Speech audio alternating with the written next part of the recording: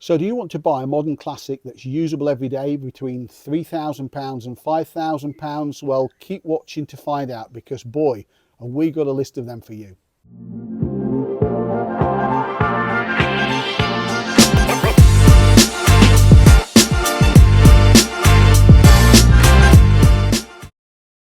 So welcome to Lot 76 Cars. My name's Simon, and today I'm with Rich Barnett, who's a classic car expert. We're going to show you our pick of modern classics. Now, the important thing with these cars is we're going to focus on ones between £3,000 and £5,000, first of all.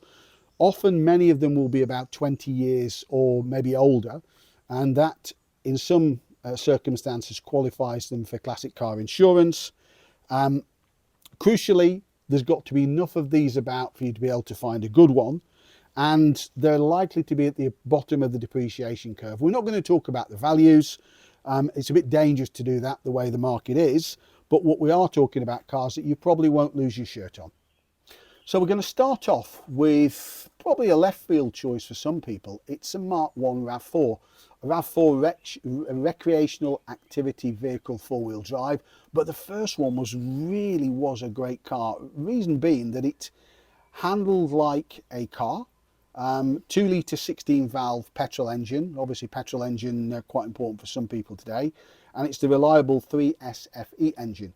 Now, with a 3-door body style, I think that's the purest one, and the sought after editions with these appear to be the Reebok or the Free Sport. Now, corrosion is an issue with many Japanese cars of this age. You've got to watch out for it.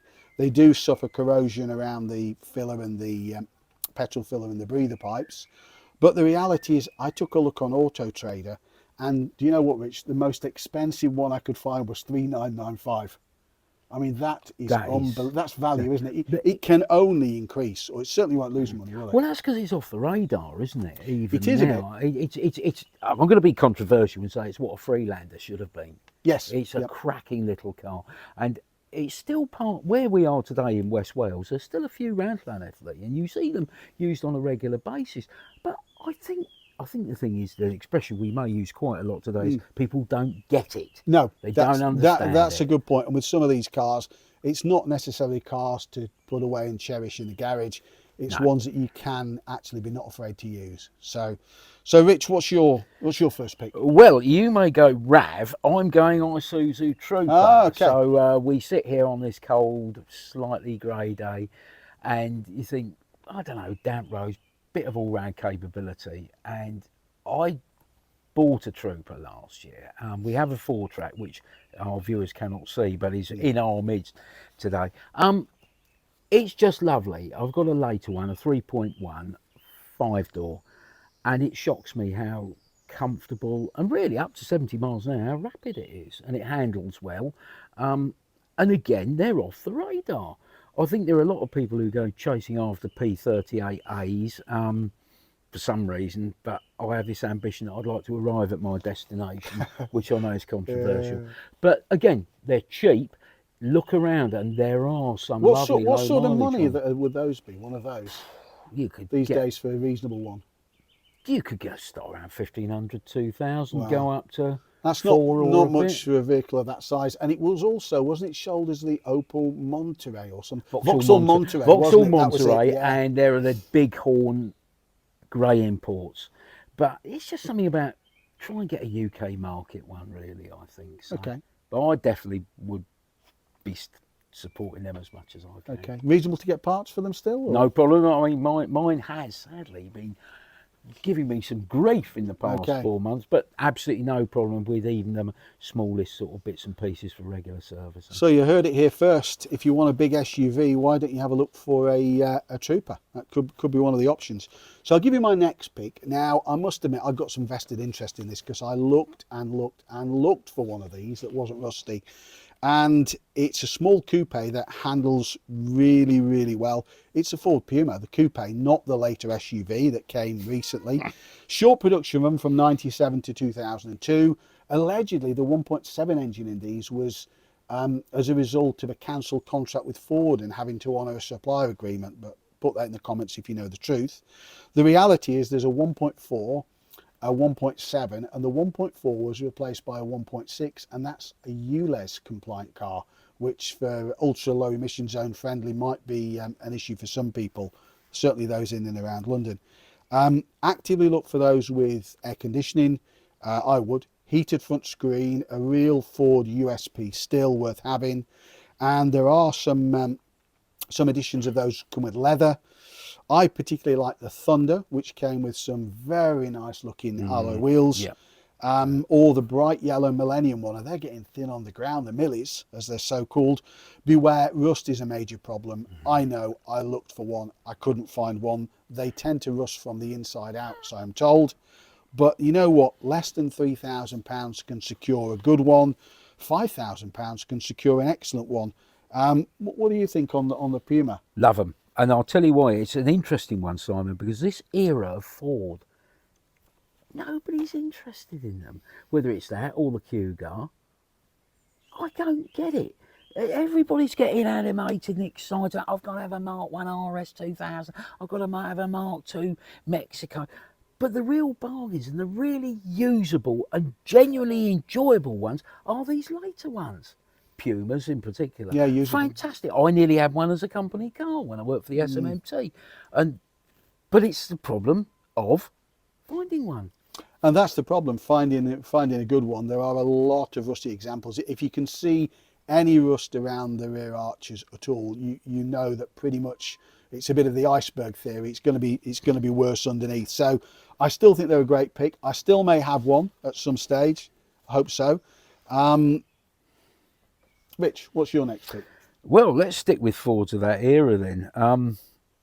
Ford Scorpio 24 valve, but I'm talking the late facelift ones. Cosworth? Yeah. The late ones, not the sort of Granada Scorpio 24 valve, but the late saloon ones, where the back end, my sister said once when she saw one, it looks like a block of ice cream that's melting. And I think she's absolutely right. But there's something so cool about the end of Ford's European Luxo barge to go out with such a wonderful engine, such wonderful engineering, which went well, stopped well, and for a proper Ford as well, it handled well. Yeah, of course. Of course, as we know, the dreaded tin worm is the downside, but it's worth looking and trying to seek one out. They have been about. There were a couple of auctions last year, and they're not. And what sort of money are they for something like that? What would get you into a decent one? These days, you could get one for 5.5, 6. Yeah, but if one came along and really, say you found it absolutely brilliant, say dark metallic green, black leather, low mileage, say 20,000 miles, 20 stamps in the book, it's going to be a £10,000-12,000 car all day long.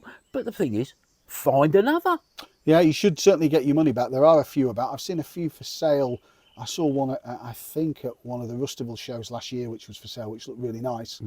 Yeah, so maybe that's maybe that's one of the ones to look at. So I'm going to propose another smaller executive saloon, and I really like these, you probably tell. So smartly styled 2-litre 6-cylinder engine. Okay, any clues? It's not a BMW.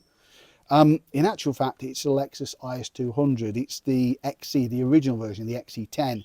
Now, they are beautifully built. Reliability is pretty high on the list. I like the manual 6-speeders. There's a lot more autos about. It looks relatively like a big car, but it's not. It's actually shorter than the contemporary 3 Series BMW. Good weight distribution, rear-wheel drive, as you'd expect.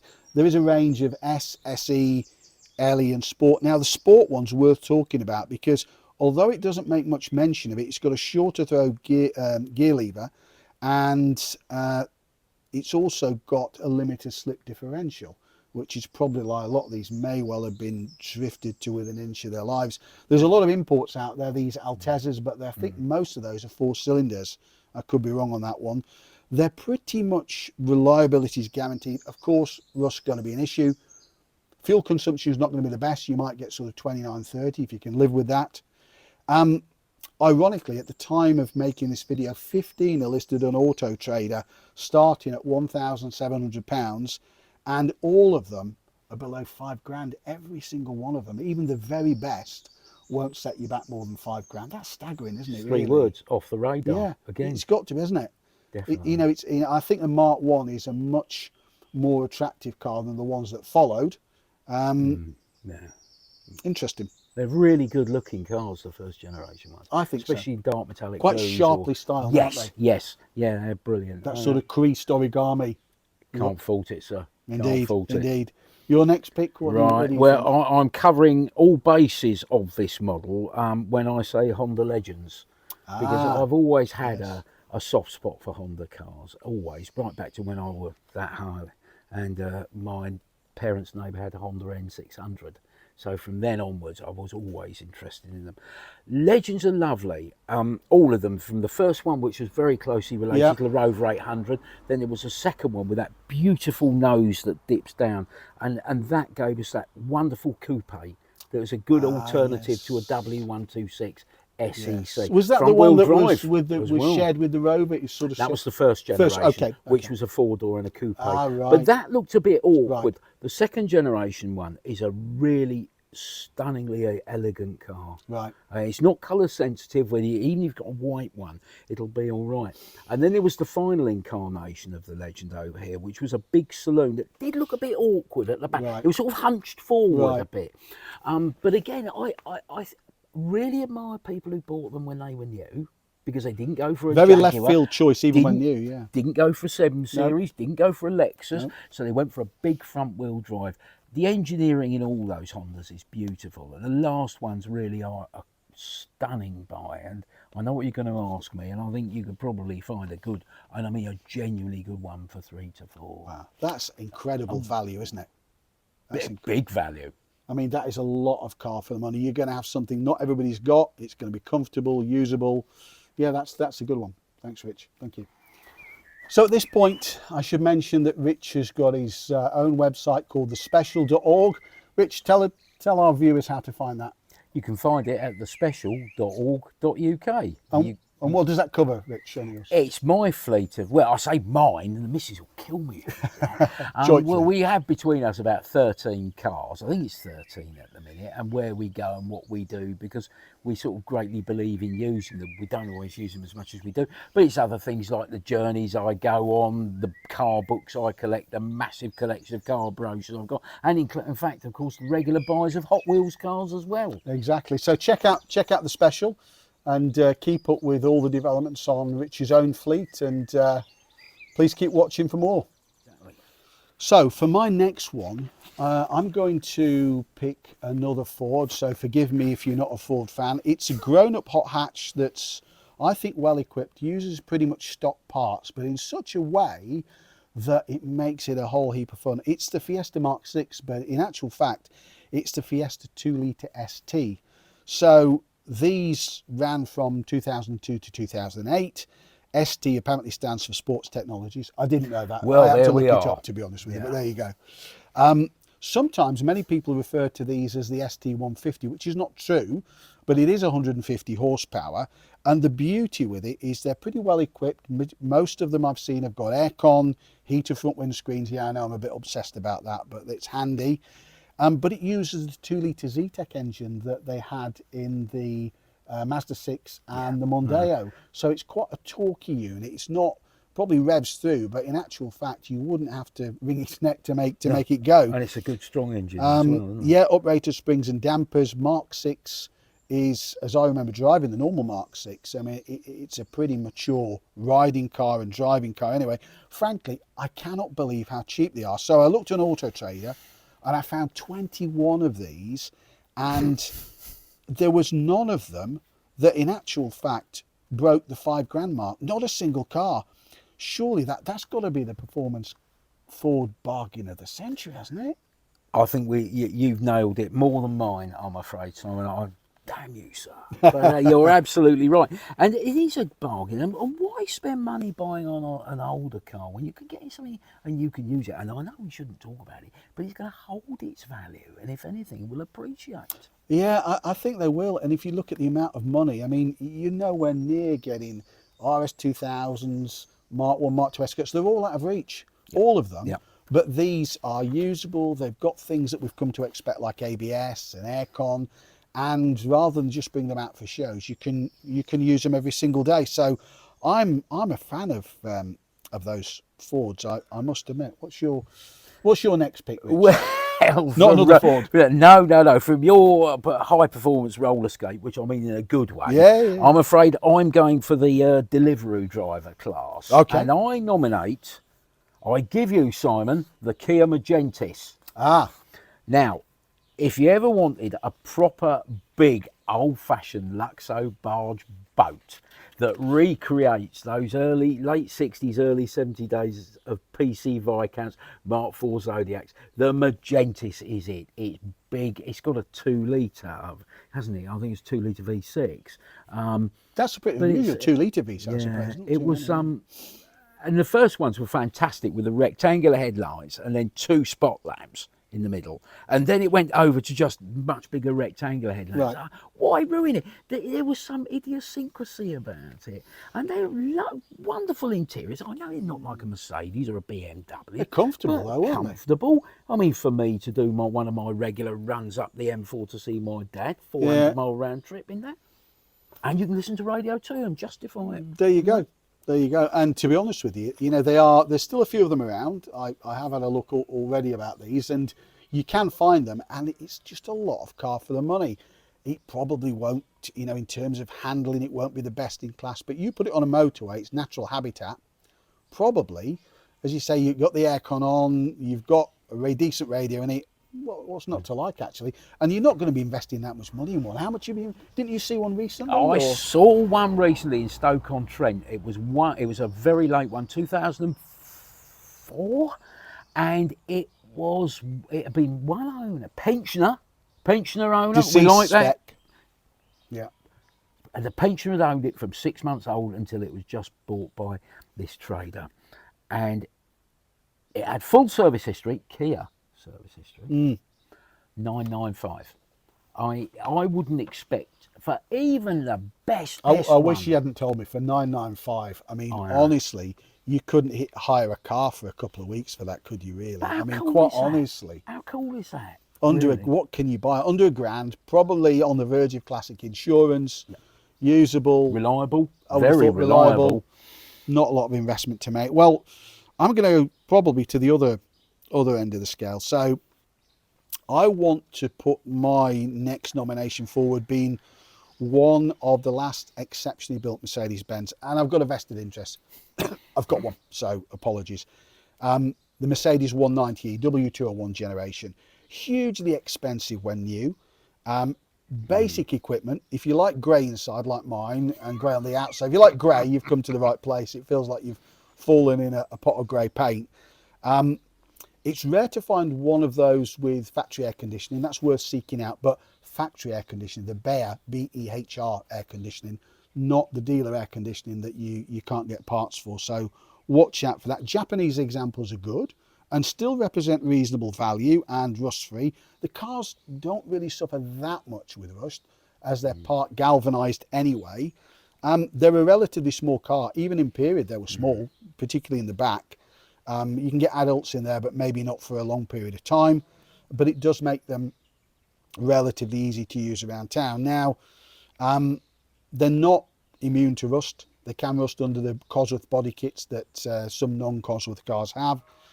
Cosworth's out of reach. Carburettor 190, maybe not the one to have, simply because it's quite difficult to balance the carburetors. So, we were saying about the Mercedes 190. The injector cars, E for Einspritzen, are probably a bit more desirable, though if you own a carburettor car, don't beat me up about that, I'm sorry. 2.6 is a bit out of reach. You might get one just creeps into a £5,000 budget. The 1.8, apparently the short stroke version of the 2 litre isn't quite as desirable. It replaced the carburettor car, still nice cars. The only thing I would say about the diesels is the 5-cylinder 2.5 is a brilliant engine. The 2 litre is pretty slow. The 2 litre 4-cylinder diesel slow. They're not the sharpest steering in the class. The one thing I would say, owning mine, is that the parts supply from Mercedes is staggering. you know, they will say to me, I'm sorry, we haven't got it in stock, we can get it in 3 days. So virtually all the mechanical parts you can get. Some trim parts like door cards are getting a bit rare or very expensive, but certainly in terms of usability, it's not the sharpest steer in the class. That's probably the E30 BMW, but you try and get an E30 BMW for between £3,000 and £5,000. You're not, are you? Good luck with that now. Yeah, apart from a real scrapper. And they do tend to be to rust a bit more. Values of these appear to be quite stable. I mean, even with a £5,000 theoretical budget that we've got here, I found 12 examples at time of recording on Auto Trader, 3 of them for less than £2,000. Now, I can't say hand on heart those the one for less than £2,000 were great cars, but quite honestly, I think they've got to be one to watch. I don't think you would lose money on them. Whether they will gain ever as much as E30 BMWs, who knows? But I don't know. What's your thought on that? I think there are bargains to be had out there, particularly with the smaller engine ones, where people may unload them through sort of local advertising websites or Facebook Marketplace. You just do. They're just used cars to some people. They are. They still. And you still see them, like up to only say 3 or 4 years ago. W123s. Yes. They were still just, to many people, they were still just a car. Yeah. So I think you've got to look here, there, and everywhere for one, and you just never know what you could. You could snatch something for £1,500. You could. You may very well do. You could. What's your next one on that list? Well, you look, and I declare my interest now. Okay. Because it's a Jaguar X-Type. Wow. Ideally petrol, but these ones are all right. But I will not take any jip from the barroom experts about X-Types. Oh, the Mondeo comment that gets trotted out every my, time. how we laugh. Yes. And it's always someone with red cords and a pink jumper draped over his shoulders, drinking his pint of Scruttock's Old Dirigible, and he knows more than you or me. I've got 2. And one's a 3-litre manual and one's a 2.1 front-wheel drive 3-litre manual. manual, okay. Yeah, Yeah, which was I bought from my dad, and he bought, thank you, Mr. B Senior, he bought a 3-litre manual in ultraviolet with a grey. Oh, nice interior, colour. which That's caused a a lot super of grief at Stratstones in Slough when he wanted that. But between those two, my 2.1 came off the road when we moved 8 years ago at 265,000 miles. And the 2.1's apparently quite a sweet engine. It's a lovely engine. It's a lovely only front-wheel engine. drive, isn't it? I Correct, think, yeah? correct. It gives about 5 miles an hour on top speed and something like 1.5 seconds to 60. Deliver that. But it's a completely different car to drive to a 4-wheel drive one. The 2.1 feels more like probably a latter-day Lancia or something. It's light. It just sticks to the road. It's lovely, but it's that lightness compared with the 4-wheel drive 3-litre and the 2.5. But they were well made. The quality of the materials was good. Early ones, the 02 one, my 2.1, has had a new floor. Okay. But I believe, Simon, that they the initial facelift, not the one where they put the much bigger chrome strip on the sort of mid-period one. They did sort out a lot of the floor. And you prefer the petrols to the diesels? Diesels of it? Yeah. Well, if I do the run from junction 48 of the M4 to junction 7, so that's just shy of 180 miles. If you get it right in the evening at 70 miles an hour, and 50 where you've got to, it'll do 38, 39 to the gallon. And the torque in that 3-litre is not quite diesel, but it is wonderful. You're not up and down the manual gearbox as much as you might think. Yeah, I find that with my E39 a little bit, that you know, it's ticking over 2,500 revs. There is a motorway mile litres, and probably the lovely X-Type's one as well, and we'll probably never see its like again, I guess, will we really? In terms of the estate versions, what about those as well? They're all in budget, aren't they? They are all in budget, although 3-litre estates, good ones, are now getting beyond 5. I mean, you're starting to look around 6 or 7. Well, didn't Her Majesty the Queen have one that was one. sold? Historics had that, I think, wasn't it? Right, I thought one got to auction. They are lovely. They all right, you would get into all this stuff about Ford ownership, but it still looked like a Jaguar. Yeah. The proportions were good, but it drove so well, and they are still a bargain. And there are enough good ones out there. Yeah. You don't have to buy the bangers. You don't have to buy the 500 quidders. Buy 1,500 quid. Yeah, You're it's a mistake. Well I on your way. mean, 500 quid is a parts car. I mean, to be honest with you. And I mean, you know, they handle well, they're four-wheel drive, they're not that big to pilot around town. I'm a fan of the Estates, I must admit. I think they're usable. And as you said, you don't necessarily need the complexity of the diesel. A petrol 2.1 would be a great car, actually. Let me throw another one into there, my next one. So I declare an interest. I have got a relative who's got one of these. Now, the BMW 3 Series Compact, the first cars, the E36 compacts, were not particularly well made, to be fair, and I know that because my mum had one. They got a sort of push-pull control for the lights. It was a lot of money was taken out to get to a price level. But I'm going to champion the E46 version of the same car. So the E46 car, you've got much improved quality on these. You've got particularly the run-out cars, the run-out ES cars, back in 2004 with the switch over to the 1 Series. These are quite well equipped cars, pretty much got aircon. I guess the bargain, well, not so much now, would be the cars that are 2.5 litre or even the 2 litre 6-cylinder manual cars. They're starting to get pretty rare. There are a lot of these, they've been drifted to death, haven't they? Yeah, and they really are still sit in banger status, really, don't they, in terms of how most people They do, they're just see used them. cars to many people, aren't they? And that's all something that, oh, I've got a new job, I've got to buy a car to get Yes. to work. Oh, I've just found this in the local paper. It's a BMW. So I'll be all right. And consequently, even good ones will end up being trashed by being driven daily by people who aren't prepared to maybe spend a bit of money and look after them. If you've got a good one, look after it.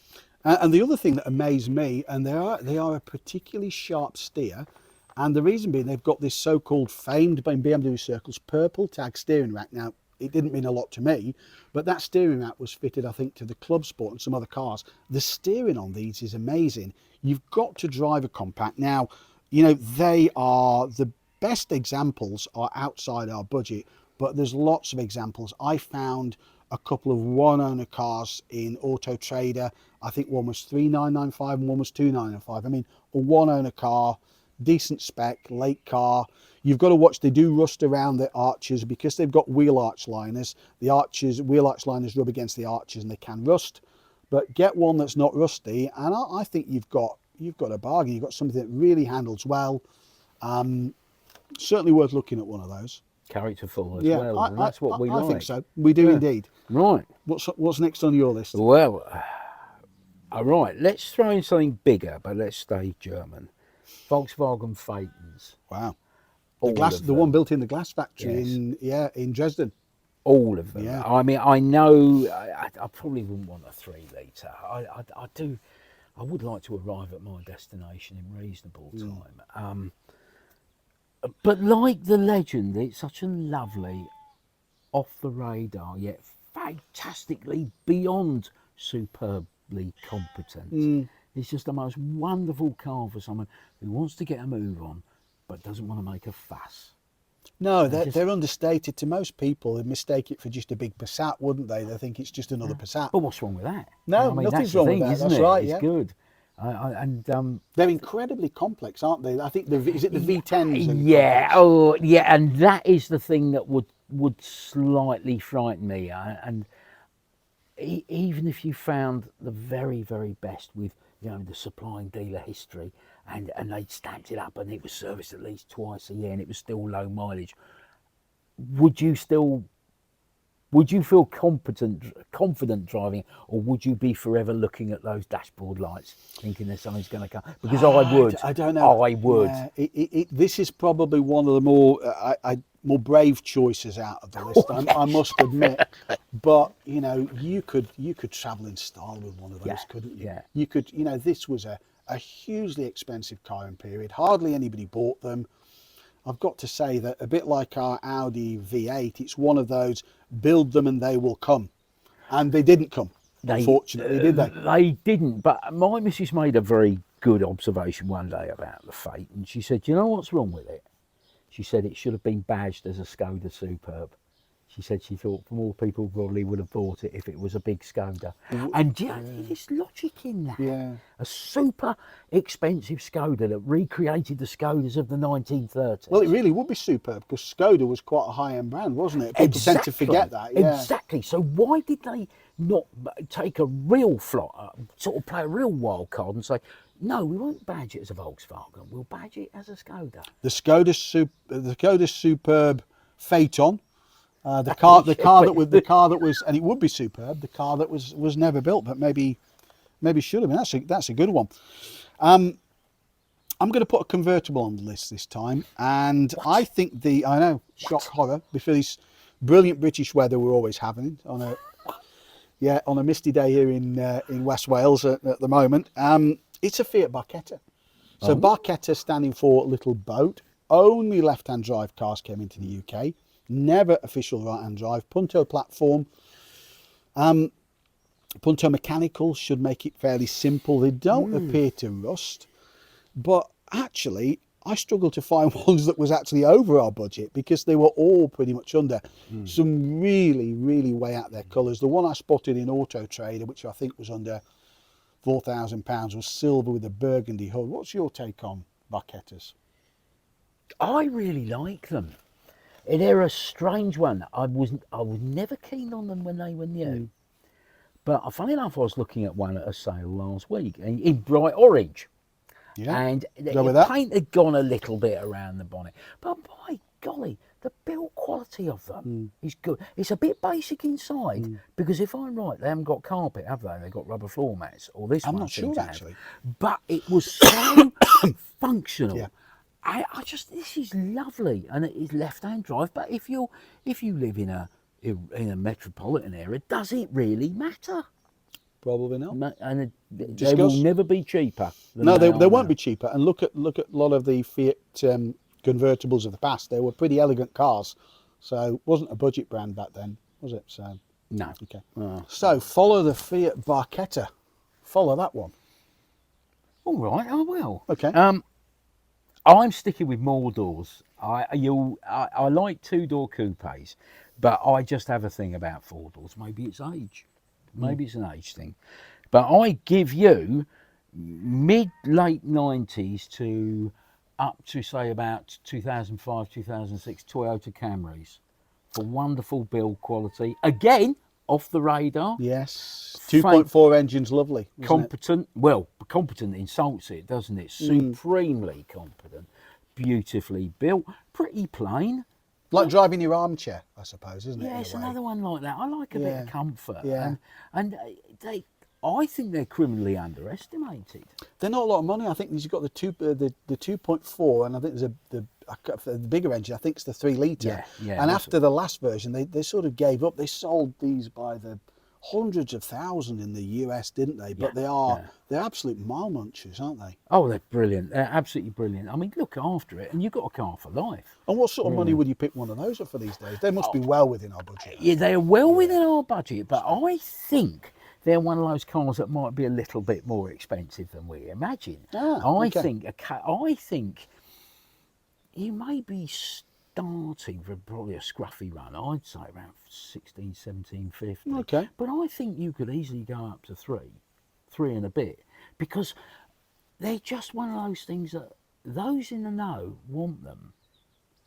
It's not a car for everybody, but it's got enough of a cult following. I think in a way probably some Saabs, the last Saabs still have as well.